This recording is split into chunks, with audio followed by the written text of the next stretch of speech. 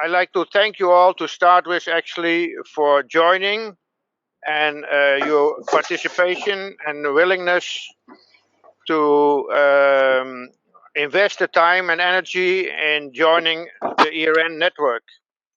Some people have to switch off their microphone if possible, please.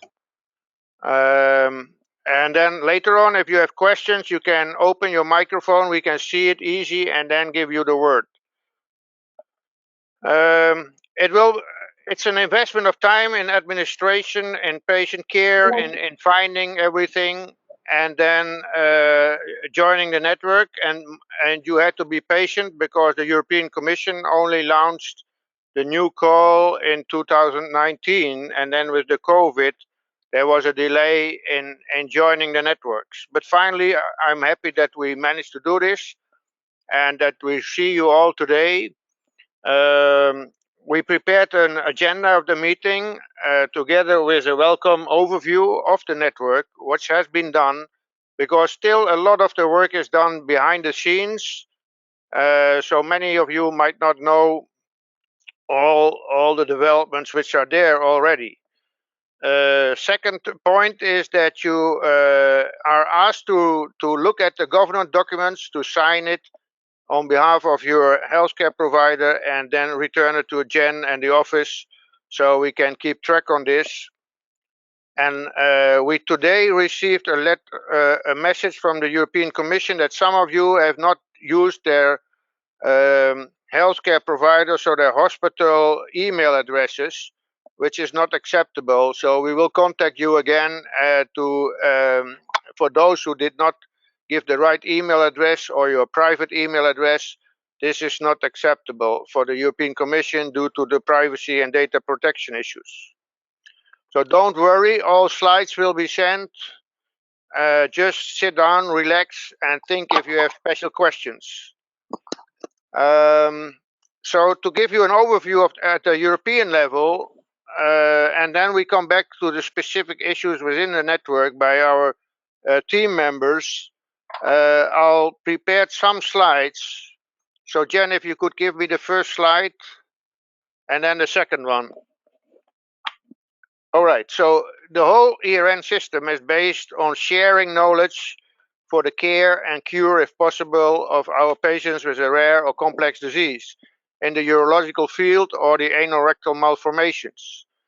Of course, there's always a conflict of interest and even non-financial ones, on which a paper was even published by the network. Next slide, please.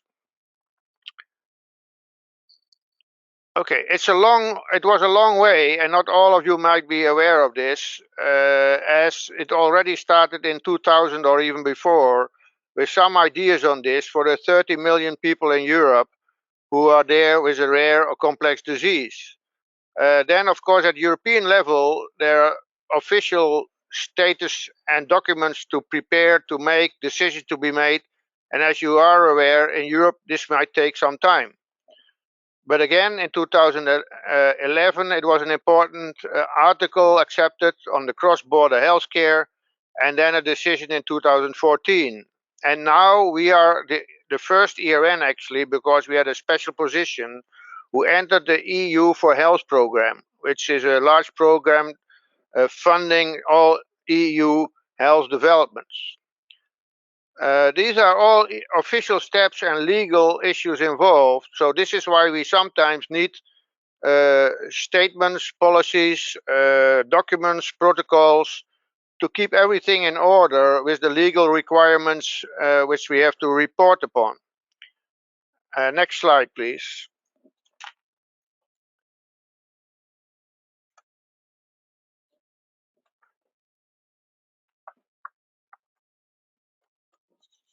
Jen, can you forward this?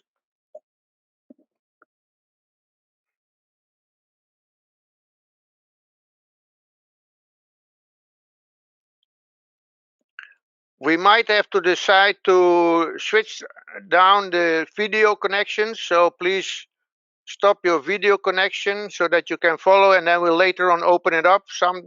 This might help in the speed of process, I guess.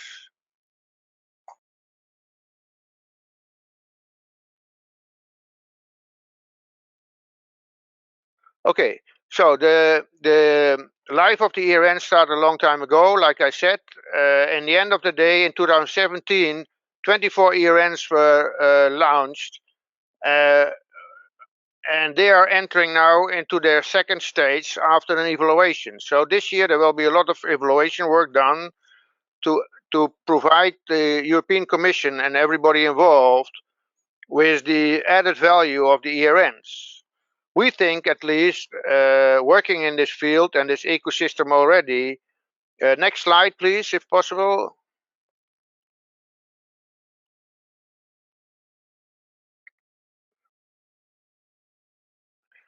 We think, at least, that a lot has been done.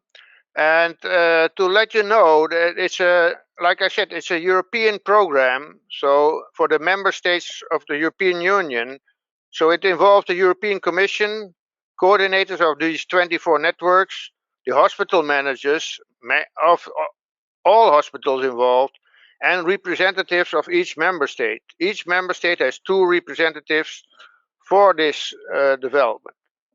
And these actors in the field try to coordinate everything which is developing and needs to be further developed. Next slide, please. There are 24 ERNs. They are coming from an internal medicine book, more or less. And urology had 1 box, so we filled this box. And now this is the reason why we can sit together and discuss this online. We will arrange a meeting probably after the summer if our budget is being approved, and then we hope to meet at least also physically. Next slide, please. If we look at the enlargement of the network, it's a development over time. So in the beginning there were 846 expert teams from different hospitals. This involved about 300 hospitals. Then for the call in 2019, more than 800 applications arrived. More than 600 were assessed by the independent assessment body. So some people did not fulfill all criteria or they backed out of the system. And in the end of the day, 620 new members were approved. Now, there are also countries where they cannot fulfill all requirements. So they appointed about 288 affiliated partners. So overall, if the whole network is in place of all 24 ERNs, we think that we are dealing with 1,600 teams of between 300 to 400 hospitals. So this will be becoming more clear in the coming months. Next slide.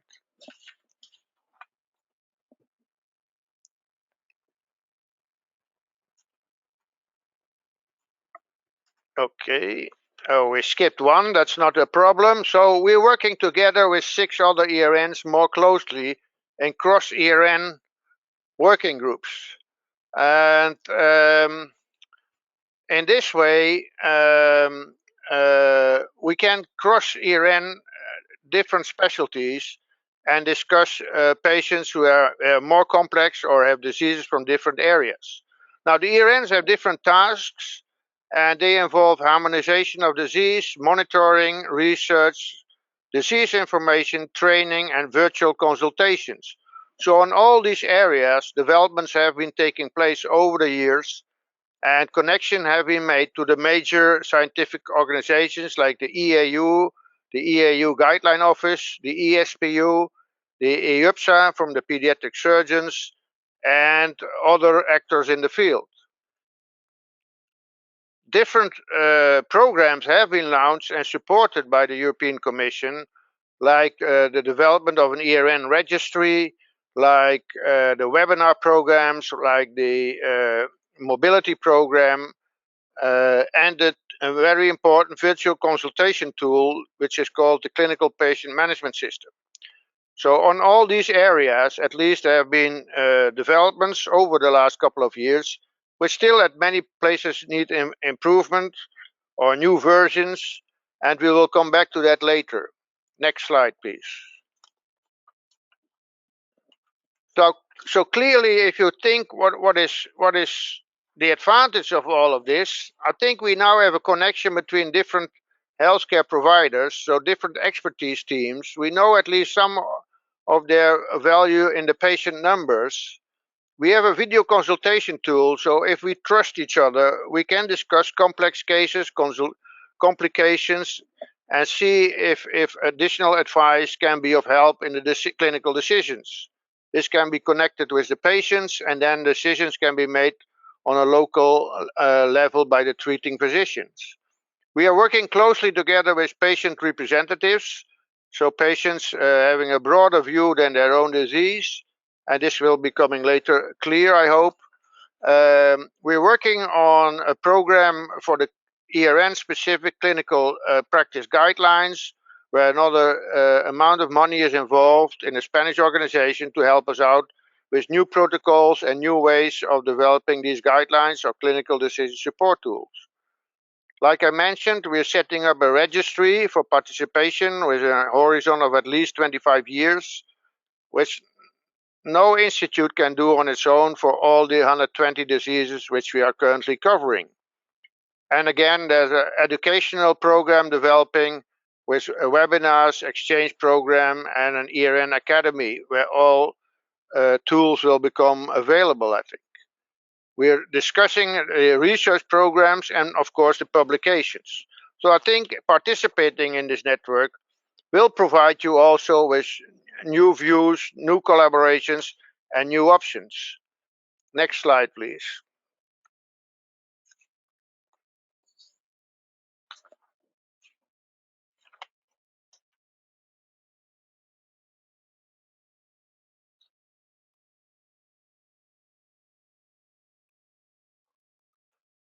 Now, if we look at what is happening, this is why it's important that you have to report, say, some of the issues which are in stake. And these are, for a simple reason, say the patient numbers you are seeing, the new patients or control patients, and we also collect, say, patients who had a surgical procedure needing general anesthesia. In this way, at least we can see and also prove what is happening and why these ERN systems are important. As we know that there are more than 30 million patients with a rare disease in Europe, we now know that at least 1.7 million are directly or indirectly connected with the ERN system. And all countries are now connected, as well as all ERNs. So slowly we're getting at least the numbers of patients for a specific disease so that additional clinical studies can be planned in the long run, if patients give, of course, their informed consent. Next slide, please.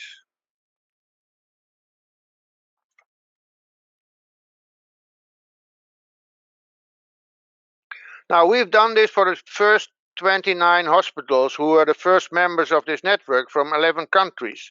And we know already that in the years 2013 till 2019, this involves more than 100,000 patient contacts under chronic care.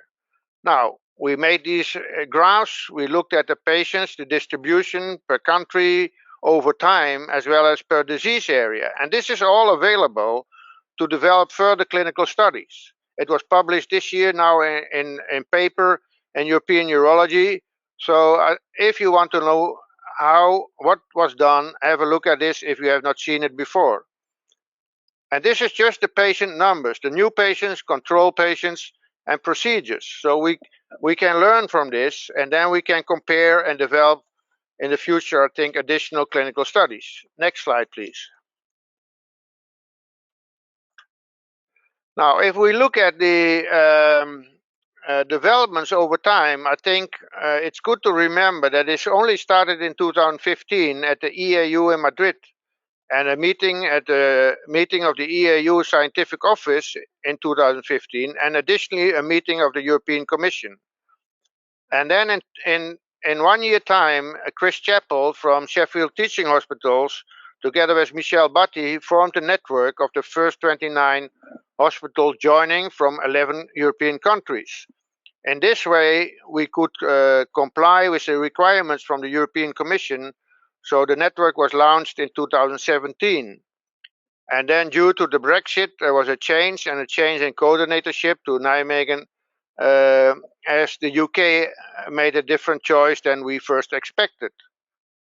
In 2020, there's been an expansion with affiliated partners and supporting partners.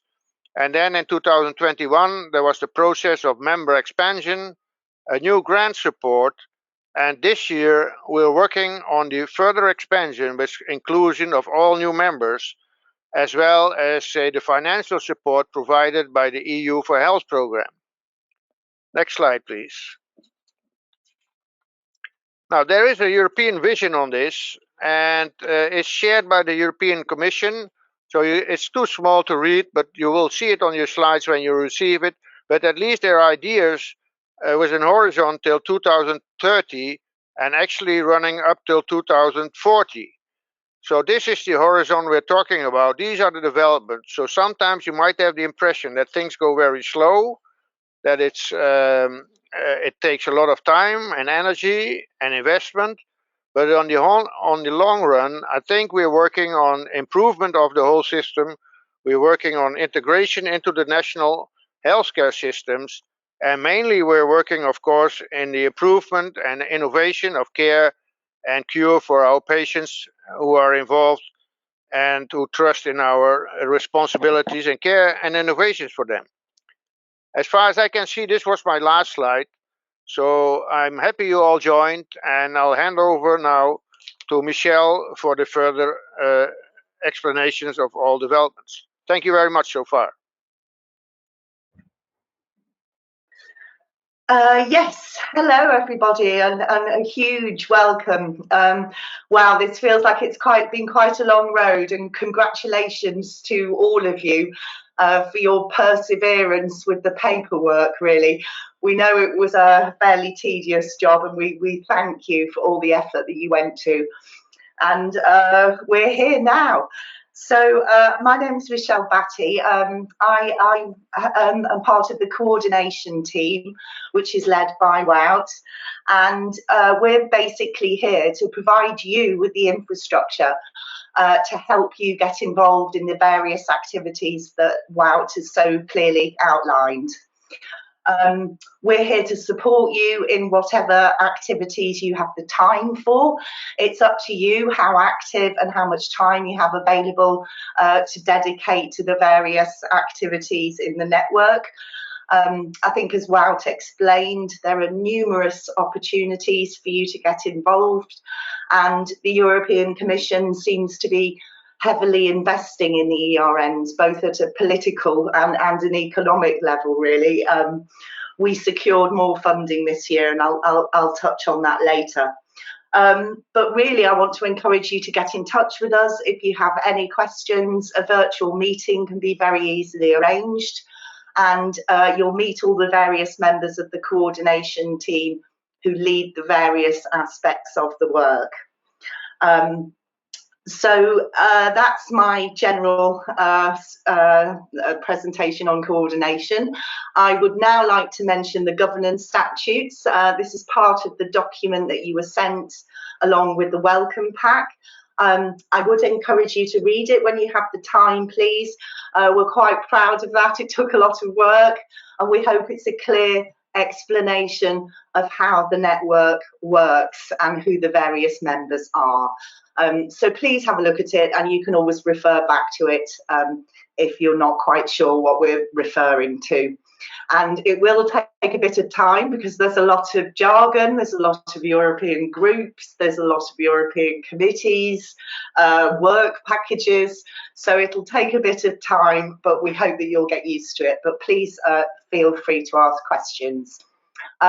Please sign the governance documents. As Wout mentioned, the ERNs have a legal basis, the directive on healthcare, and we need to make sure that we do keep all our records and documents up to date. So please sign those, including the declaration of interest, and send it back to us. Thank you. Next slide, please. So again, this is in your pack, but this is the coordination structure, which hopefully you see behind me as well. And generally speaking, we're divided into three major work streams. The first one is also currently being led by Wout, and that's the paediatric work stream, really, dealing with rare urogenital congenital anomalies. The second work stream is headed by Margit Fish in Hamburg, and she's responsible for functional urogenital conditions that need highly specialised surgery. And then work stream 3, we have the rare urogenital cancers that need highly specialised surgery. So, for example, you might notice there's another cancer ERN, but they tend to deal with oncology, and we deal with the surgical aspects. Next slide, please. And this is to mention a little bit of the coordination structure at European level. So we have a coordinators group, that's Wout and his 23 equivalents, who meet with the European Commission. And then also by the board of member states, we mean that's representatives usually from the various health ministries in the various countries.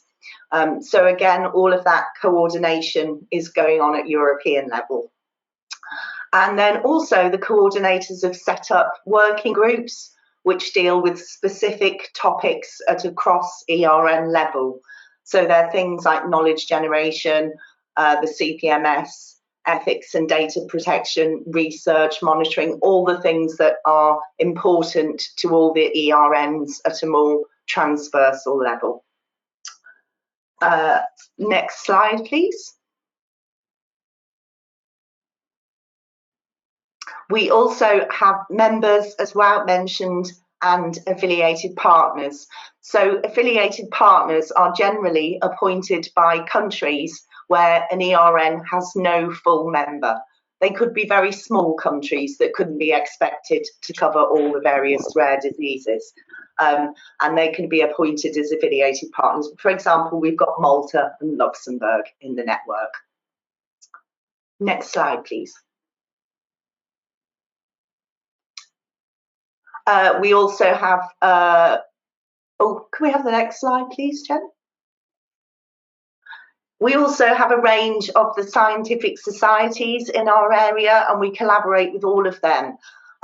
This collaboration started with the EAU, which really was the founder of the baby ERN, and we continue to be collaborating with all the various scientific societies to make sure that we avoid duplication and can make the best use of resources. Next slide, please. And now I'd like to hand over, again, as Wout touched on, we are one of the new things about the ERNs, which has been there right from the very beginning, is how we collaborate with patients and patient organisations and their representatives. We benefit from this enormously, and it's a great pleasure to hand you over to Nicole, who will outline her view as being part of the ERN as an EPAG advocate. Thank you very much, Nicole, and I'll give you the floor now. Thank you. Next slide, please. In the name of the Eurogen Patient Advocacy Group, the so-called EPAGs, I warmly welcome the new members of Eurogen. I'm talking to you on behalf of Dalia Aminov, who is our EPAG chairwoman, and also on behalf of my other colleagues who are also here, as I see. I'd like to give you a short report on our EPAG team, our role and responsibilities, our current tasks, and at the end, let's take a moment for our common future. Next, please. First of all, I'd like to introduce our EPAG team. All of us are either personally affected or have an affected family member with one of the rare urogenital diseases. But we not only cover the interests of our patients. Eurogen EPAG advocates are involved in the organizational structure of the network to represent the voice and interests of all patients with rare urogenital diseases and complex conditions beyond our actual target group. Next, please. Here is our EPAG team. You will find more information on my colleagues under the link above and on the next slide. Next, please. Every work stream provides at least one EPAG representative. Next, please. About myself, I'm the chairwoman of SOMA since the year 2000. SOMA is the German patient and parents organization for people with anorectal malformation, Hirschsprung disease, and cloacal exstrophy. Currently, SOMA represents 900 patients with anorectal malformation, 200 patients with Hirschsprung disease, and 40 with cloacal exstrophy. My daughter was born with a cloacal malformation, and now she's 24 years old. I'm also a member of the steering group of ARMNet, the European Network Registry Project for ARM. It's a supporting partner of Eurogen. And my role in Eurogen is a representative for the workstream 1 and member of some transversal working groups as a research registry group or the cross-ERN Eurogen ANICA group. Next, please. Now to our responsibilities and current tasks. You will find the formalities to our role in the Eurogen Governance Statutes, which you all have received and are partially quoted here. But what does it mean to be involved? Next. Here are some examples of our activities. We take part in various meetings and are involved in, example, some of the guideline processes, writing the patient journey, or supporting the dissemination. Next, please.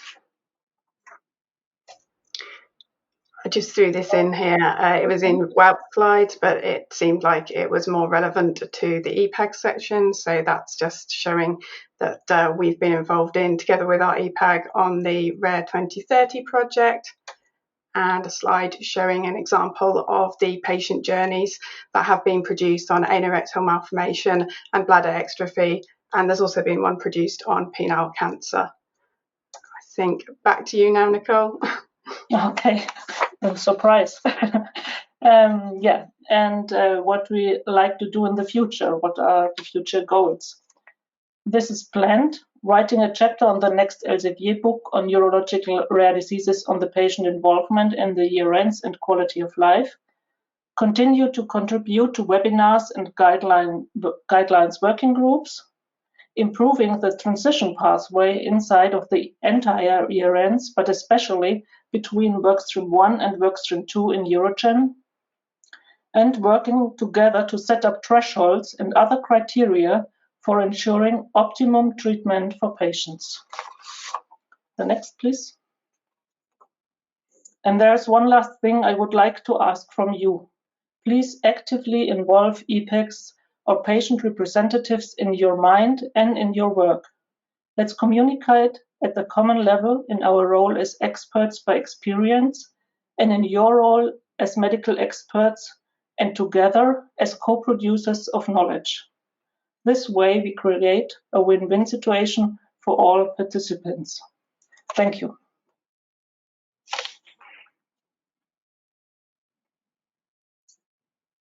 And we're back to Michelle briefly to talk about funding.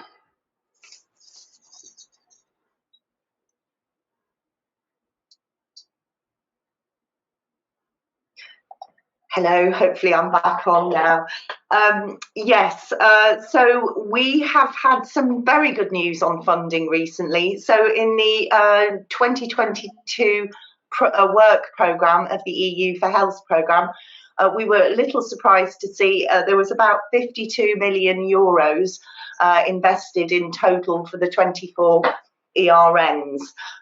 So what that means in actual terms is we're submitting a proposal very soon, this week, actually, by the end of this week. And the amount available for each ERN was 1 million euros, 83,000. So the ERNs have had a big increase in funding, and the European Commission is really expecting to see a real scaling up, we think, of activity, an increased use of the tools, and that's really what we're hoping to see now that we have all the new members in. We are really looking to see for an increase in activity across all the various areas. So the funding is available. The ERNs are also a very unique case in the EU for Health programme, and down to the excellent lobbying activities of the 24 coordinators, the funding that we get from the Commission is now no longer co-funding in principle, which means that the coordinating healthcare providers of the grants and running the infrastructure no longer have to provide a co-financing element. So it's 100% funding from the Commission, which also makes the grant reporting process much easier. So we're very happy to see a stable financial future for the ERNs right up until the end of the programme in 2027. I think there's a huge political commitment to the ERNs as well. It's important to understand that they are not a project, they're not a time-limited project, they are a new infrastructure at European level. So obviously they'll be evaluated for value for money and to make sure that they're meeting their objectives and performing well, but they are here to stay. Providing they deliver what the Commission wants, which hopefully aligns with our objectives as well, about doing everything that we can to help improve care for our patients. I think that was my point on funding. We can move to the next point in the agenda, please. Over to you, Jen. Okay, yeah, I'm unmuted. That's good. So, hi, my name is Jen Tidman. I am the ERN EUROGEN Business Support Manager. That means that I am responsible for supporting the business of ERN EUROGEN, and that means I help with the entire coordination team, all of our healthcare providers, our members, affiliated partners, EPAG, supporting partners and so on with anything they require support with. I take care of the administrative aspects of our business. Most of the emails that you'll receive will be from me. I take care of preparing agendas for meetings and typing up the minutes from those meetings. I arrange the meetings using GoToMeeting and send out the calendar invitations. If we have a face-to-face meeting, I'll organise the logistics relating to that and, if appropriate, travel and accommodation. I also take care of the filing and archiving for the network. And a major part of my role as well is I am in charge of the dissemination aspects, which is all of our communications, and I'll go through these in this presentation. So a large part of our dissemination involves our branding with our logo and using the logo and branding on various templates. So we have an official logo provided to us by the European Commission, and you will be allowed to use this logo. The one that's shown there is the general network logo. There will be healthcare provider specific ones with the name of your healthcare provider. And there are generic logos, one that says European Reference Network in the singular and one networks in the plural. We are in charge of getting the sub-licensing agreements signed. We will send those out to you, and once you have signed them, then you're able to use the logo on materials from yourselves relating to the network. As well as this, we provide templates. We can provide them for presentations, for reports, for posters, for flyers, for meeting agendas and minutes, and these all use our brand colours. These are listed in the network overview document with the hex codes that you need to use to get those colours. If you need any guidance on this, just let us know, and if you need any of those templates, you can let us know. They're all stored on a European Commission platform called Circabook, if that's how you pronounce it. And these, the basic templates were provided to us by the Commission, and we have then amended these slightly with our logos and other aspects relating to the network. Once you have an EU login, you'll be able to access those directly, or you can always get in touch with me and I can send you the specific template by email. So these templates, as I mentioned, can be used for presentations. We encourage you to present your work relating to the network at national and international academic and scientific meetings, congresses and conferences. So if you are involved in any work that has come out of the network, then you can submit an abstract for a poster, a plenary, etc. If you want the official PowerPoint presentation, as I mentioned, then just let us know. Once you have presented at a meeting using the Eurogen logo, then we ask that you please send us a copy of your presentation and also a copy of the agenda for the event showing that the presentation was a part of that event. This means that that presentation can then be included in our reporting to the European Commission. Similarly, we encourage you to submit work that's being generated within the network to peer-reviewed academic and scientific journals. To be able to include these in our reporting, certain acknowledgements need to be used, and there are certain requirements for the papers. I don't expect you to read all of that text now, but that information is in the network overview pack, and I'd urge you to read the pack anyway, but those bits are particularly important if you are submitting work to a journal. So as I mentioned, presentations are done at meetings and events, and we also list any upcoming meetings and events that are relevant to the disease areas and expertise areas involved in the network. These are all listed on our website, on a section called Upcoming Events, and they go through for the foreseeable future. At the moment, I've got events listed there all the way through to the end of this year. It's updated regularly with any further events that we hear about and any changes. For example, over the last couple of years, obviously there's been a lot of changes from meetings being face-to-face to becoming virtual or hybrid. If you keep an eye on there, it will give you information about meetings that you may want to attend that you may not have been aware of. These upcoming events are also included at the bottom of our regular newsletters.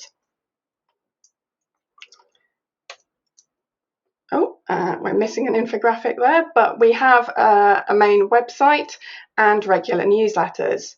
The website is regularly updated, and we're in the middle of a big overhaul of the website at present to update it with everything that has been included in the network overview and governance statutes. We also issue a monthly e-newsletter, which you should already be subscribed to, but there is a subscribe link at the top of the website if you are not.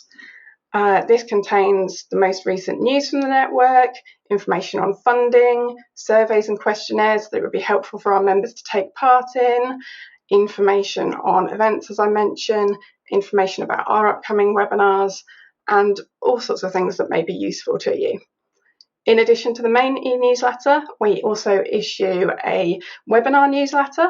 This is sent out 2 weeks before each webinar to let you know which webinar is happening and provide the registration link for the webinar. We are active on social media. We have pages on Facebook, Instagram, LinkedIn, Twitter, and we have a YouTube channel. We encourage you to please subscribe or follow each of these and to interact with anything that we post to increase our analytics for engagement. And if you share our posts, that's great as well, because it spreads the reach of our dissemination and allows us to reach people who may not previously have been aware of our activities, particularly patients and clinicians who could benefit from our advice. If you have anything that you think would be useful shared on social media, please let us know. Same goes for the newsletter as well. Yes, then we can share things for you as well if appropriate. Another tool in, another aspect of Work Package 2, as well as dissemination, is collaboration. An important tool for collaboration is the ERN Collaborative Platform. this is a tool provided to us by the European Commission. It's different to CPMS in that it is not for the use of any patient data, personal or clinical. It's just for sharing information relevant to the network. And this is a repository where we store all documentation relating to the network. So it's here that you can find the minutes of meetings, the previous agendas, any reports that have come out, our past publications, past presentations, government documents, signed agreements, basically everything that needs keeping gets kept in here. Again, you need to establish an EU login. I believe there was information about how to get that in the network overview. So if you haven't already clicked the link to set up your EU login, then please do that. And then follow the steps to gain access to the collaborative platform. We then receive a notification that you've requested access, which we can approve to let you in.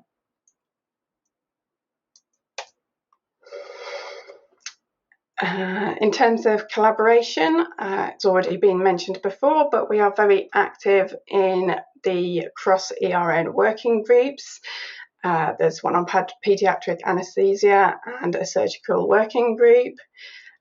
We also collaborate with the European Joint Programme on Rare Diseases and ERICA, which is a consortium for research with all of the other ERNs.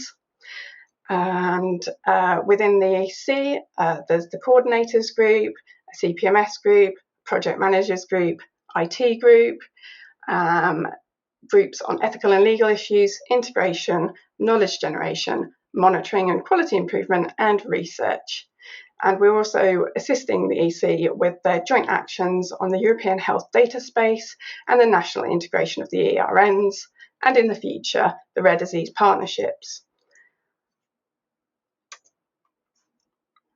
Again, as previously been mentioned, because some of our diseases are also covered in other aspects by other ERNs, we carry out cross-ERN collaboration with several of the other ERNs where relevant. We also collaborate beyond Europe and carry out global collaboration. At the moment, we have established links with a platform called Cure for You, which help with very similar to our CPMS panel discussions, but they have their own platform for these, and they assist clinicians in developing countries to give advice on their patients with anorectal malformations and Hirschsprung's disease. And they're currently looking for experts to help with this. So if you're interested, then please do get involved and let us know, and we can give you the details. We're also collaborating with the Melbourne Children's Research Institute in Australia, as together with them, Radboud is co-supervising a PhD student who is completing her thesis and thesis research on developing an anorectal malformation registry for Australia and New Zealand, which will of course be interoperable with our own. We also have made the very beginnings of a global penile cancer collaboration after the EAU were approached by CAU, who are the Confederation of American Urologists for South America, and they were very interested in collaboration on penile cancer research and registries. And we put together a working group together with the Research Foundation at the EAU and their Guidelines Office, and the Global Society for Rare Genitourinary Tumours. This is a little bit on hold at the moment, but we do hope that we may be able to progress it in future, and that we will be able to work on interoperable registries that will help with penile cancer research. Finally, in collaboration, there's a slide on further research, and this one was prepared by Wout. I don't know if there's anything you want to say on that, Wout. Otherwise, that is the end for dissemination and collaboration. Yes, the only thing to say on the research, this is developing. It's the main focus at the moment is the development of the registry. because the ERN registry with 18 core elements, which can connect all ERN registries, is working together in the ERICA platform as well as the European Joint Programme of Rare Diseases. And in the future, it will be a guidance also for EMA developments as well as the European Health Data Space. So a lot is happening outside a normal doctor's view, but I think for the future and the improvement of care, these are important steps. Just to show what's happening, well, the European Commission launched the European Joint Programme for Rare Diseases with all partnerships. And now a new partnership is already discussed to follow this. It's called now the Rare Disease Partnership, and a draft is at the European Commission. And again, if you see how this works, just that the draft is there, there's about 100 million euros already reserved from the European Commission side. It's expected that countries will buy into this, and the goals are set about 300 million euros of research for rare disease improvement and innovations. So you see the connections might not have been known before, but this is why we focus at this moment on the registries. Of course, if you go to the all list of important aspects, it can be much broader, but for the you will receive later on information also on the registry, and this is to show how this is connected further. Thank you very much.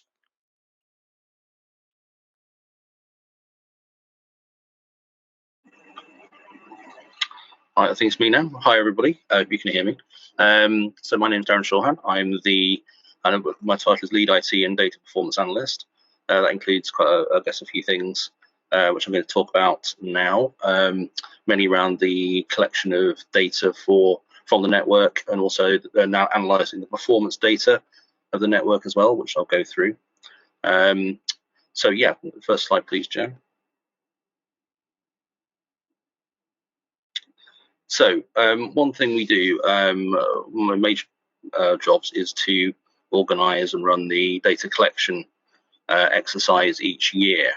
So these are kind of measures that we report to the Commission, and we have to send them through a portal each time, and we need all of our centres to respond to this. So these used to be done twice a year, every 6 months. That is now changing, and as you join, this will be done annually from now on. And we are actually in the middle of a collection at the moment. I'll go into that in a moment. So yeah, this involves collecting 16 different measures as they stand at the moment. Again, that will change, I think, at some point soon, but currently it's 16. We collect it between January and March each year now. So at the moment we're collecting it, we have to submit it by the end of March to the Commission. And this is collecting data for 2021 at the moment, so the whole of 2021. So for those of you who joined, who were not previously affiliated partners or associated national centres, you don't have we haven't written to you about this at the moment, because you don't need to take part in this exercise, because it's collecting data for 2021. You weren't members at that point, so you won't take part until 2023, collecting for 2022, if that makes sense. Those who are were associated national centres, we have written to you, and I know some of you have sent your data back already, so thank you. So yeah, so for those who weren't, you're not included in the current collection. As I said, you'll be getting only March next year. So, but what we want to do for those centres who haven't done it yet is to kind of gather some data from you before that happens, so you're aware of how it all works and what to expect. And also, one thing you will notice when the next slide shows an example of what data we collect, it's very similar to the data you will have provided on your application form when you applied in 2019. Now, the thing is, when you applied in 2019, you either would have provided data from 3 years of data from 2016 to 2018, or maybe there's a 2017 to a part year of 2019. That does mean that if you're not then giving us any more data until 2022, that there's a bit of a gap there, and we would like to fill that gap if we can, and give us a continuous run of data from 2016, 2017 onwards. So what we were doing throughout the year is contacting you to ask you maybe for that data that will be missing, and this will give you an opportunity, less time pressure, to be able to gather that data and then get ready for the data collection next year. I mean, hopefully some of you will be ready for that anyway, having provided it through applications, but it just gives you a better idea of the forms that we use to do this. And I'll show you one of those in a moment. So the whole process of this collecting this stuff has been talked about. I just want to clarify. The stuff we talked about there, the stuff we'll contact you, is specifically on one of those measures, which is around patient data numbers. So that's just one measure. There are another 15 measures that we collect as well. However, most of this is done. Most of those are done centrally. It's really the patient data that we come out to you solely for you to sort out for us, because we can't do that. We can't access your hospital systems to do any of that. In terms of the other measures, we try and do it centrally.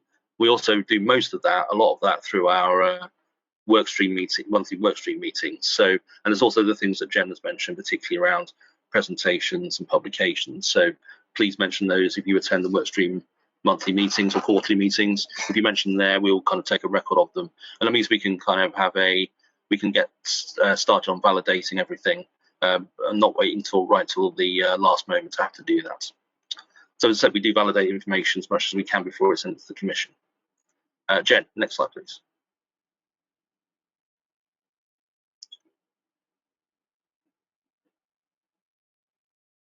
Okay, thank you. Yeah, so these are the kind of, so there are 16 measures. These are the headings they fall under largely, and then the descriptions are underneath those. I haven't numbered them all underneath. But I think if you click on the next slide, Jen, I think you should grey out some of them, hopefully. Yeah, thanks. So some of them, like numbers 1 and number 3, you don't need to worry about. These are things that are automatically collected by the commission. We do check them as far as we can to make sure they look correct, but they're things we don't need to collect from you. So the other ones are things that we do need to collect. Now the important one there, I think if you click on the next slide, Jen, it will highlight this is the number of new patients referred to your HCPs. This is the one I've been mentioning mostly so far. It's the most important one we collect. It's the most onerous one we have to do, and it's one we need everybody to respond to on an annual basis. So next slide, please, Jen. I'll just explain a little bit on what we send you, just to give you a kind of heads up, really. So this is kind of what we do. At the moment, the way we do this is by sending you an Excel data sheet. And hopefully some of you will be familiar with this who were associated national centres. You'll see kind of it has basically all our disease areas are listed on this form. You fill in the ones that you cover as experts. All the author codes and ICD-10 codes on there that you'll need to kind of your numbers should cover are there. We also give room for you to show put your previous data. I think when we send you those who are fully new members, we'll try and add in your previous data from your application forms probably before we send it to you. They can be adjusted though, if need be. We like people to adjust their numbers retrospectively if you change the way you collect the data, or you get a more accurate way of collecting the data. But all this information though will be kind of coming out to you later in the year, so just a kind of heads up really to see what kind of thing we do. Next slide, please. So that's the patient data one for number 2. So then we have these other 4 areas which we need to collect for. Now Jen's already mentioned in her presentation around, again, the publications and the presentations. So some of those are covered here. So number 7 says about the number of congresses, meetings, which ERN activities presented. So that's the the presentations element. That covers that. If you let us know about those whenever you do them, it's a lot easier for us as well. Also, then the publications are in number 5 there as well, which says peer review publications. So again, we want to collect that on an ongoing basis, and that will cover that off, so we don't need to worry too much. The other things there around clinical trials and clinical practice guidelines. Clinical practice guidelines certainly is something we manage centrally. So again, not something we won't necessarily ask you about, because we'll be aware of that ongoing, because we do there's a whole project about that, which I think we may mention separately. And then clinical trials, again, we're fully aware of these. If you're involved in any of them, they should come up at the monthly and quarterly workstream meetings. Each of those meetings is organised by a work package now, so we have a kind of education research elements to those agendas. So anything that's going on should be raised there. The other one is the number 4, the education and training activities, which again we'll cover at the workstream meetings, but also a large part of that is also our webinar program, which my colleague Luce Oman will talk about later. So really the most onerous part of the whole exercise is the patient data stuff. So next slide, please, Jen. Okay, so moving on from that, that's all about collecting data. Once we've collected data, and what do we do with it? Well, some of that we submit to the commission, obviously, but we also have put it together with some other information that we have around the network. So this will involve the clinical patient management system, which again my colleague Lisa will talk about later. So we have some data from that that we can collect. We have the monitoring indicators, which I've just spoken about.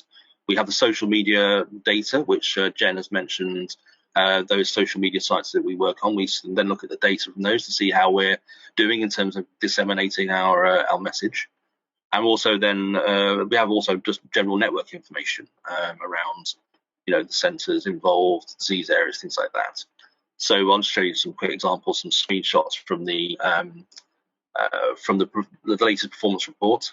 So Jen, if you want to move on to the next slide, yeah. So this is the kind of things that's in there. So on CPMS, for example, you've got like the number of panels that we do broken down by centre, or we can break it down by over time to see how many done each month. Next slide, please. This is the stuff, monitoring indicators. So actually, when we collect all the data, for example, from your individual HCPs, we then aggregate all this up to kind of the workstream level, and then ultimately to network level, which is an example that's shown there. We then you can look at this in graphical form as well.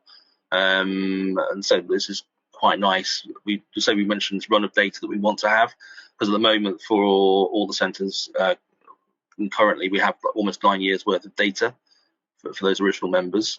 This makes it easiest to kind of do some analysis on this. We have produced an analytical paper on this, which was mentioned previously by Vout. So there's a link there to that paper if you wish to have a look at it. This is the kind of stuff we want to be updating, refreshing as more centres come in and we gather that data together. So yeah, next slide, please. This is the stuff on social media. So you see there we cover kind of how many members and views we get through YouTube, Facebook, Twitter, Instagram, and also our website as well.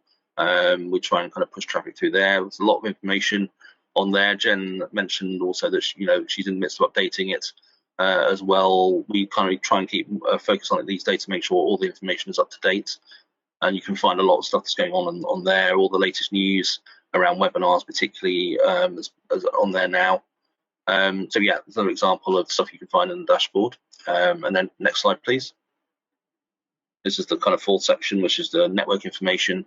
So again, if you want to know kind of all about the details of who all the members are, who our supporting partners are, patient organisations, for example, and also, yeah, any doubt about the disease areas. At the moment, it's just a list of the disease areas, but we're working on this section to add more information to it. So hopefully some kind of brief descriptions of those disease areas, or links maybe directly to the website, which we're also updating with all that information.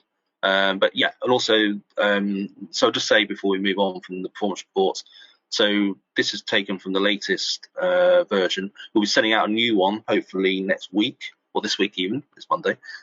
So we'll add in all the new members to that distribution list. Have a look through it. If there's anything you think I'd like to see that in there, or anything you think it looks odd or you want changed or added in, then please let us know. Just email us back when we email you. We welcome feedback about this. We want to make it a report that's useful for people. So please let us know if there's anything you want to see in there. Jen, next slide, please. And to final slide quickly, I think Val's mentioned, maybe you mentioned Amicus earlier on. So it's just a quick update on what you will probably hear this name around.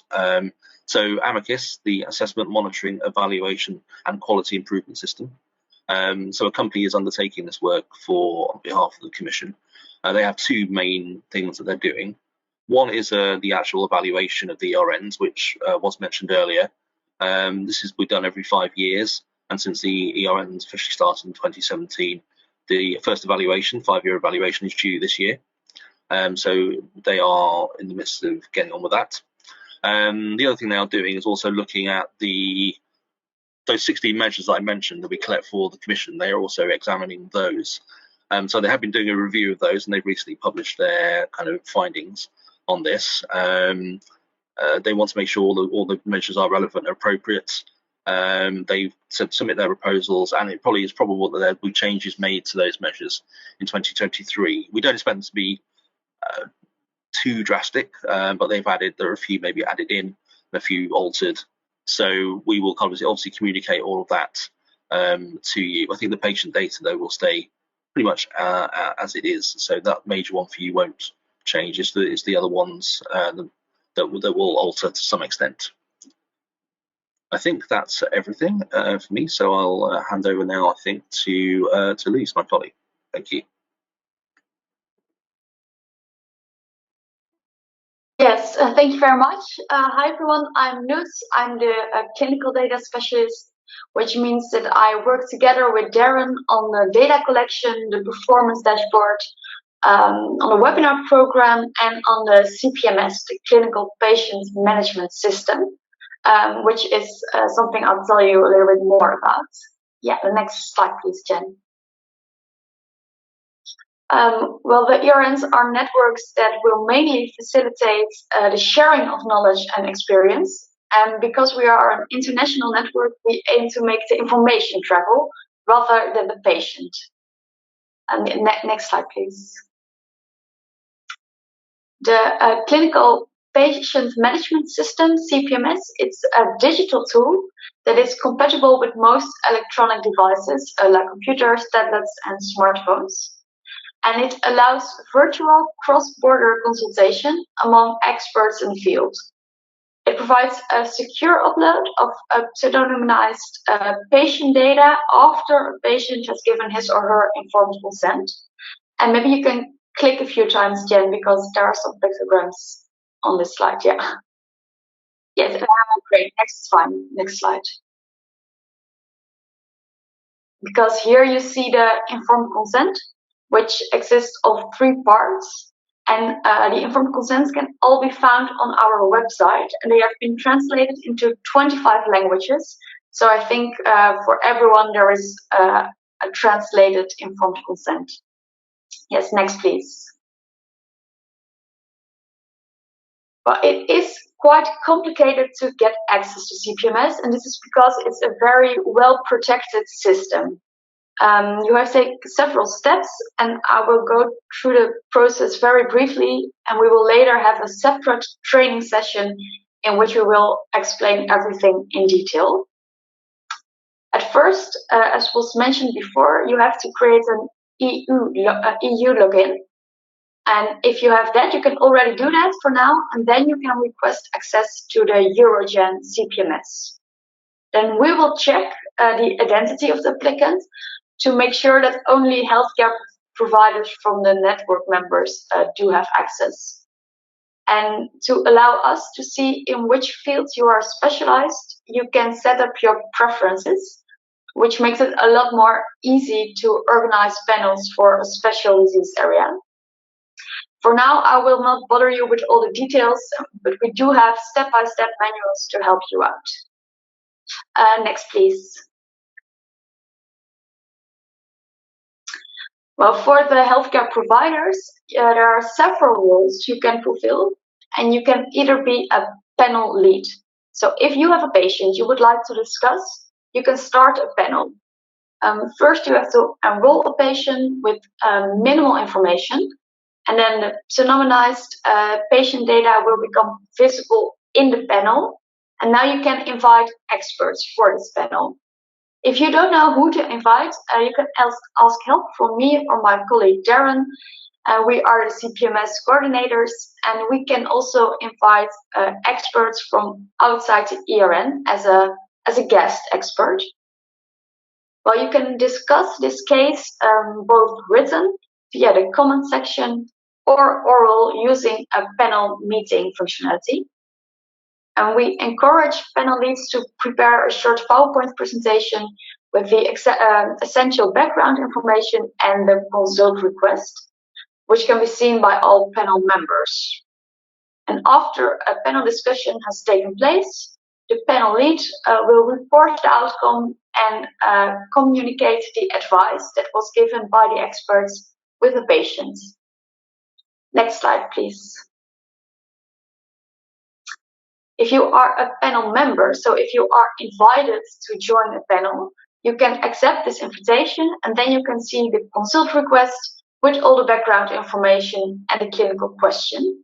And if something is not clear for you, you have the possibility to request further information and to leave a written comment. If there is a panel meeting, you can join this meeting with a recently updated video consulting tool, which is quite similar to the systems we're all used to, like Zoom and Teams, only this is very well protected. Next, please. Well, the whole system and the whole process might be a little bit complicated for the first time, but we are available to assist you in every step. We will provide, as mentioned before, several training activities to explain the system, and we can also manage the panels. So if you get stuck, you can just ask us to help you.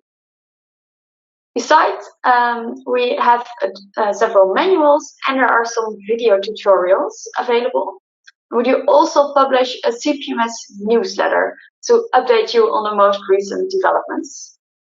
In addition, there's a lot of activity going on to develop a new system, which is expected to be launched in 2023. So if you have any feedback for future improvements, please let us know, because this is the moment to implement this in the new system. That's it, very short. Back to you, Jen.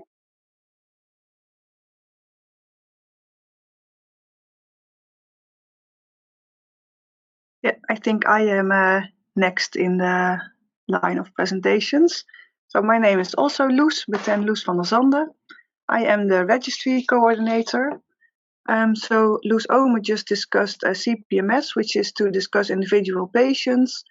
And the registry is to collect data on all patients to evaluate care and patient outcomes and to enable research. And next slide, please. Yeah, so the last 1.5 years, we've been developing the ERN EUROGEN registry and all associated documents. Currently, the registry is ready to be used. It is a centralized registry, and this means that the data will be stored in one location. And to ensure that the healthcare provider who entered the data will continue to be the data controller. Can you go one slide back? So it is still automatic forward, I think, in the presentation. Yeah. So to ensure that the center who entered the data will continue to be the data controller, we developed a data sharing agreement. So this is a document that needs to be signed before entering data into the registry. We also have a data access and sharing policy to explain how we will handle the data. And we have a protocol, a manual, and patient information and informed consent forms, and the data protection impact assessment. So the informed consent forms are different forms from the informed consent forms from CPMS, because for the registry, informed consent forms are needed for all patients, and for CPMS only for the patients that you want to discuss with your colleagues. Next slide, please. So in the coming weeks, I will send you an email with all these documents, and then we would like you to discuss implementation of the registry in your center with the legal department, the privacy office, and the ethical committee. And they all need to to give approval, and then the legal representative needs to sign the data sharing agreement. And when that's done, then you can start collecting data for the registry. Well, the EUROGEN registry consists of 2 phases, a retrospective pilot phase and the final prospective registry. So we selected 5 disease areas for the retrospective pilot phase, which are posterior urethral valves, anorectal malformations, pediatric kidney transplantations, pelvic floor disorders, and adrenal tumors. So if your center is a center of expertise, yeah, it was okay to go to the next one, please. Yeah, If your center is a center of expertise for one or more of these disease areas, then we would like you to ask informed consent for the last patients you treated for that disease in order to enter data on the last 30 patients. So that's for this retrospective phase. And then in that phase, we will collect the common data elements and information on diagnosis and treatment using 6 clinical questions, which we call the clinical practice snapshots.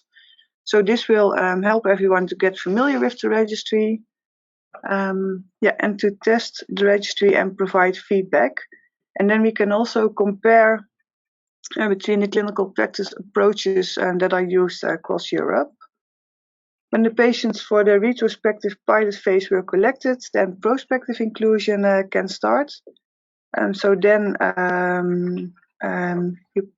informed consent can be asked to all patients, and the data collected will entail the data from the pilot phase plus additional data items on, for example, follow-up. And the aim of this final version of the registry is to identify cohorts of patients for clinical research and to monitor treatment performance and patient outcomes. Yeah, next slide, please. Yeah, so we have several actions for the centers who will participate in the registry. As just mentioned, we need everyone to get approval for implementation of the registry. So you will receive an email with all the documents that are needed for that. Another thing that we would ask input for is for the development of the clinical practice snapshots for the other disease areas and for the follow-up data elements. I will send you an email to ask to which disease areas you would like to participate. And we will then draft the data elements, and we only need input from you, so no major time investments are needed there. And lastly, Michelle mentioned the bridging grant, and in that grant we are also applying for a data entry pilot.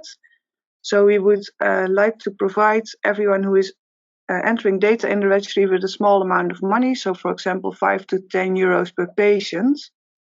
And to demonstrate later on that that money is necessary, we would like to demonstrate the time investment that's needed for all healthcare providers who are inputting data into the registry. So that would be good to keep track of that. But we will make a protocol on how to do that. So in conclusion, I will keep you updated, and I will send you emails when actions are needed. So that was my part of the presentation. Thank you.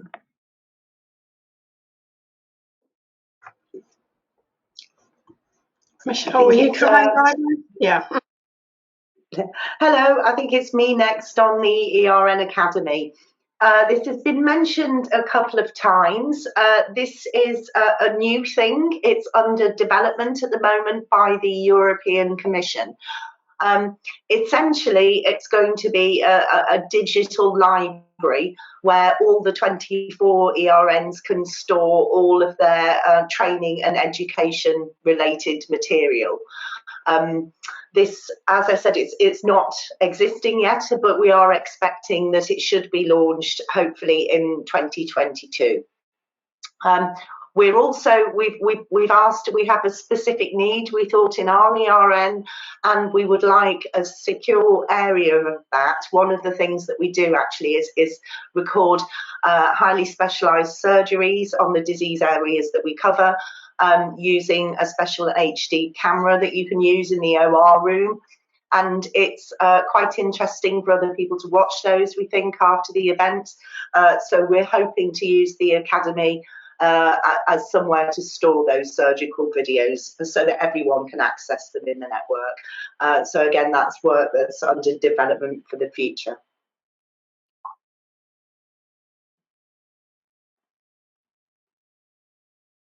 Yes, then I'll continue about webinars, because in order to facilitate the transfer of knowledge, we also started an educational webinar program.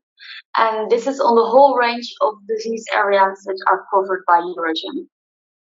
Well, as you can see, those webinars are not only watched by the EUROGEN members. Just to give you an impression, these graphs display the countries of origin of our attendees. So we have a worldwide audience in 114 countries. Yes, next slide, please, Jen. Well, since the beginning of 2022, so now for 2 months, we run these webinars each week on Wednesday at 6 o'clock to 7 o'clock CET. And we use the dedicated platform GoToWebinar to broadcast these webinars. And they can be watched back on demand, both on this GoToWebinar platform, but also on our YouTube channel. If you want to attend a webinar, you have to register via the registration link that we will send around by email, and we will also advertise this on social media. Yes, next please. Well, just to give you an impression of the topics we cover, this is a list of upcoming webinars. And for those of you who are very fast, you may notice that disease area 1.7 is listed quite often. That's because we do have a special annual rectal malformation webinar series, which is a joint presentation series between the EUROGEN and the ERN. Yes, next please. Well, what do we expect from you? All EUROGEN members are expected to present at least one webinar in 18 months. And if you are more comfortable with pre-recording the webinar, we can facilitate this. We will assist you in every step of the way and take care of all the technical parts. And we also would like to mention that this invitation is not only for physicians, but also for every kind of healthcare provider, such as nurses or psychologists. As you saw before, the schedule for 2022 is almost complete, but we do have some slots available, and we have plenty of slots for 2023. So please let us know on which topic you would like to present a webinar so we can schedule you in. If you are not sure whether a topic is suitable, you can just contact us and we can discuss the possibilities with you. We are looking forward to all the upcoming webinars, and please have a look at our website to get an impression of the previous webinar, so you have an idea of the concept. Yeah, that's it for now. Thank you.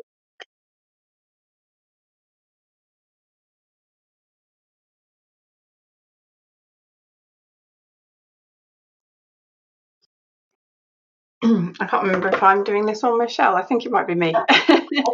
You, Jen. Yeah. I can't swap to the agenda because both of my screens are occupied by the slides. So yes, unpaid education, and we have the ERN exchange program. This is designed to spread knowledge across the network and to stimulate collaboration between the healthcare professionals involved in all of the ERNs. So there is funding available from the European Commission, and this funds a package of a 5-day visit to a ERN healthcare provider. This doesn't just have to be one that is within our ERN, it can be one within one of the other ERNs, if this is relevant and appropriate. So, for example, Hirschsprung's disease is also involved in ERN, so they've agreed to host visitors, and because urinary tract malformations are also involved in ERCnet, they are happy to host visitors in their centres as well. The packages can be combined to create a longer visit, so you could go for 2 weeks with 10 working days. And visitors can come from the full members, the affiliated partners, and our EPAG advocates. And your multidisciplinary team members, so your nurses, your physiotherapists, and so on, are also welcome to take part in the exchange programme.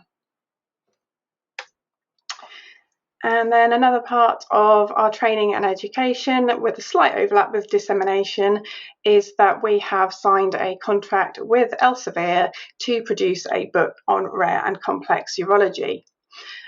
This will entail introductory chapters with one from our network coordinator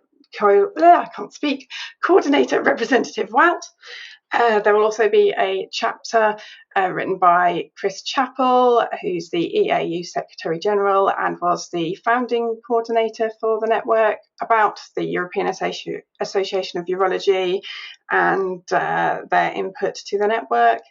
And we've asked Enrique Torol, who was the former ERN policy officer at the launch of the ERNs, to write a chapter about the European Commission's view on the ERNs and their development. Then there will be some overview chapters about the figures of patient numbers and so on, and the treatment, and very much like the paper that we had in European Urology, but more in depth. We will have a chapter from our EPAG about the patient view on the programme. There will be a chapter on our cross-ERN actions and collaborations, and a chapter about the development of the clinical practice guidelines and clinical decision support tools. Following this, there will be a chapter for each of the expertise and disease area chapters, expertise and disease areas that we cover. The lead author for each of these will be the expertise area coordinator. Some of these positions still need filling, and now that you, the new members, have joined, we are hopeful that these positions will be filled. So each of these coordinators will be the lead author. They will co-author the chapter together with two other experts in the expertise area, and the chapter will be reviewed by an EPAG advocate with expertise in that area. The coordination team will then review all of the chapters, and using the submission platform provided to us by Elsevier, we'll be able to progress to publication. The deadline at present is the 31st of December this year. We're hopeful of meeting that publication deadline. That's the deadline for everything to be submitted to go off for printing, and we will be in touch with you shortly if you are appointed as an expertise area coordinator. I know that there have been some volunteers, and we will be looking for further volunteers in the workstream meetings, and then we'll be able to give you all of the information about starting work on your chapters.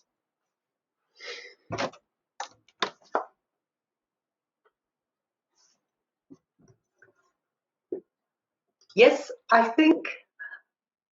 thank you so much, Jen. I think we just skipped a clinical guidelines session, so I'll just chip in very quickly with that, Wout, if I may. Just to mention that, again, this is another one of the objectives of the European Commission, that the European reference networks collaborate on making clinical guidelines together. There has been, again, another investment by the European Commission. They had a tender and a Spanish organisation won it. They have trained ERN healthcare provider representatives, and they've produced a whole new set of ERN methodology into how these guidelines should be produced for the rare and complex diseases covered by the ERNs. All of the methodology documents and handbooks are available on our website if you'd like to take a look at those. So in our ERN, we've started to work with the Spanish consortium, and we've started work on two different areas. So the first one is, again, it's anorectal malformations. There is a group which is working on adapting an existing Dutch guideline, adapting and adopting it by the network.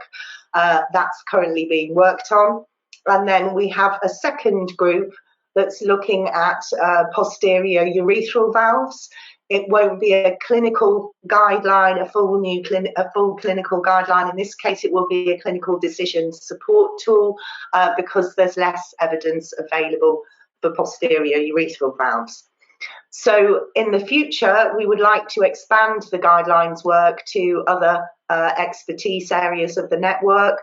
So again, if that's something that you want to work on and can form a group on via the expertise area coordinators, that's something that we would encourage and we'd be happy to support if we can. So I think that's enough on clinical practice guidelines. Oh, just finally, we have an overarching group. There is a group within Eurogen, an expert group on guidelines, which is overseeing the work of the disease and expertise subgroups. So again, if you would like to volunteer to get involved either on the overarching expert group or a disease area group in the future, please let us know. I think that's enough on guidelines. I'll give you the floor, Wout. Okay, thank you very much. Well, one addition is that we work closely together with the EAU Guideline Office, and especially also in the pediatric urology section, but also the other ones. And we work together with the ESPU, as well as the ARMNet and the EPEX, as well as also the UPSA. So we try at least to coordinate things on a European level as much as possible, that we don't have any overlap of work, because I think that, many of us are very busy, so there shouldn't be two groups working on the same guideline or clinical decision support tool. Now, this is one of the tasks, I think, in coordinating all of this, because we have a lot of funding, as you understand, and it's set out by the European Commission, so we not have always a choice in this, but at least we can try to coordinate things so that no double work is being done. Maybe, Jen, we can stop sharing the screen, and then if people agree, we can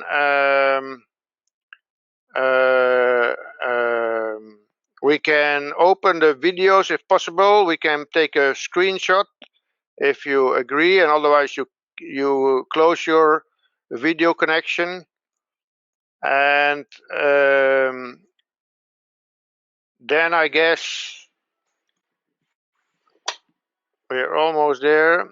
If there are questions, I think it's the easiest if you open up your microphone, and at least we see a green button and we can try and give you the floor and see how this works. I hope there was some news for you at least. We had at a certain moment 59 people attending. As we know, some were sick, so they could not attend. But at least I hope we provided you with some overview and the latest developments and what is expected. If you look at the agenda you received, you will see that it's built up work packages, work package 1 to 6, and this is also how the grant is written on instructions of the European Commission, and this is also involving the reporting then. So all these agendas will be in the same structure, because for the next 18 months at least, and probably up till 2027, we will need this as a flow chart on the reporting. Okay, well, Jen, if you take a picture somewhere, those who want to be in screen, they are there at least. I think we covered all aspects which is running at the moment. So please, who has a question? Radim, yes. No. Okay, your microphone was... Thank you. A lot of information. Thank you. I must somewhat absorb it, all this. Thank you. Okay, no problem. Somebody asked if the slides would become available. Yes, slides will all be sent, so don't worry. And like we said, we are happy to arrange individual video meetings if this would be helpful, if things are unclear. If there are specific questions, just send an email to Jen or Michelle. And if there are special issues, you can always send me an email, and we will set up a video connection using the GoToMeeting system, like you mentioned, like you arranged today at least, so it works. And we can always explain or clarify further developments where needed. So don't hesitate to contact us. I mean, we are happy to help you out, because everybody who is working on this is actually trying to get everything arranged. So, like I said, we get instructions from the European Commission. So we have to follow these guidelines from the European Commission, of course, as well as the reporting, connecting with patient organizations. We are very lucky to have very active patients representatives involved. If you know patient organizations who would like to be involved or patient representatives, let us know. Let's see, who is that? I don't know. Show the small guy or girl. Okay. I think we're still within time. So are there any urgent questions for the moment?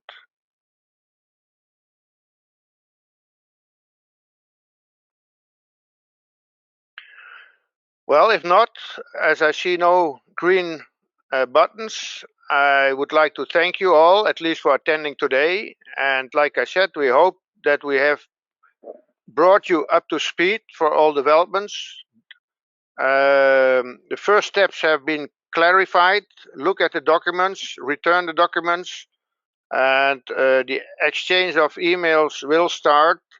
One important goal is what we have set within the network and communications, that we expect at least everybody to reply within a 2 weeks window. I think this is important to have the sustainability and the continuation of all programs running. So if there are certain decisions to be taken, we ask a reply time of 2 weeks. If no reply has been received, we presume that you agree with the decisions and continuation. If there's a very specific issue, you should let us know at least within these 2 weeks, and otherwise we'll continue on behalf of the whole network. Sometimes there are very urgent decisions, so we will take these decisions as seen appropriate and communicate back to you. Like with the submission of the grants, we have to submit the grants in time within the time frames which are there. So we will ask approval from all of you that you agree with our submission of these grants. And again, it's a 2 weeks notice, and otherwise we presume that you agree. Most major decisions, as are explained in the governance documents, will be taken at this strategic board meeting. So we have to organize one meeting with all representatives of all healthcare providers, as well as our representatives of the supporting partners and the EPACs, so that major decisions can be taken and agreed upon. Like I said, we are happy to explain everything. There's no secret. We try to keep to the program as sharing, caring, and cure. So there are no secrets, but there are timelines we have to take into account. I think we were very happy as a network that all people involved from the beginning on in the management team are willing to continue to work with us, because there's a huge experience there. There's a huge amount of knowledge. And like I said, we are very happy that they will continue. And this has been made possible by the European Commission, where they have been written letters to the board of the hospitals, because in the former setting, each hospital which is coordinating a network had to invest 40% matching funding to have things arranged. So this has now been changed, what was mentioned by Michel. So now it's a little easier. We get 100% funding of the staff. And like was mentioned by Luz, we have 2 pilots will be running from the 1st of March on funding you also. And this will be a small pilot on the CPMS cases. So if you participate in a video conference, your hospital will receive some money for this. And we will set up the whole payment organization for this. And the second one, which was mentioned on the registries, we have asked the European Commission for a pilot also for the data input into the registries. And there again, we need knowledge. How much time does it cost? How much time is invested in the certain centers? And again, we can use this to ask for more money in the future, so that in the end of the day, all these kind of tasks will be reimbursed on an acceptable level. Let's call it this way. So these are pilots. The European Commission is setting out pilots. We try to use all of these. We try to set up the payment schedules and protocols. And like I said, we need your input on the evaluation and what's realistic. And then, like I said, we can distribute the money which comes from the European Commission. Now, it's a close collaboration between a very good team in the European Commission, which is the ERN office within the European Commission. Of course, it's collaboration with all levels up till the Commissioner for Health. It's with there were discussions with the European Parliament representatives. So it's a different world, I think, for a simple doctor as me. But with these new tools and the video tools available, which we have been using now for 5 years already, I think we can indeed have new collaborations, have new output, new quality of care, innovations, and maybe in the future for some diseases also new cure options there. And at least we can work together and share our knowledge. Now, for the time being, I think we provided you with enough information, and I would say keep as healthy as possible. The COVID crisis seems to diminish a little bit, at least in the Netherlands. We are able to travel again. There is a meeting in Rennes on spina bifida for new research, also provided by the European Joint Programme for Rare Diseases. So you see new options are there. Look at your fellows for the exchange, so you can send them to other centers, or if you think I want to go myself, just let us know. There's an exchange program for 1 week up till 2 to 4 weeks in special cases. So use this money. The more we use this money, the more money will probably become available in the future. And we have been discussing this for a long time, also within the ESPU board of directors of the fellowship training programs, and it was always difficult. Well, now there's money available. Just they get 1,000 euros for 1 week, and the travel is arranged. You just have to approve that they visit you. Now, how easy can this be? It's all paid by your taxes, so don't worry. The money comes from you, but at least it's spent in the best way possible, in my view, at least. Now, this was my last remark for today, I guess. We hope to see you all in the different collaborations and meetings we set up, virtual, and we hope and try to arrange a physical meeting if the European Commission approves our budget in September or October. So, and at that stage, we hope at least to meet and then have better exchange at coffee breaks, lunch, and drink at the bar at the end, I guess. So keep on being healthy. Thanks to team members for all your presentations. I hope they are clear. Read the slides, read the documents, and come back to us if you have questions. Thanks for now, and see you next time. Bye-bye.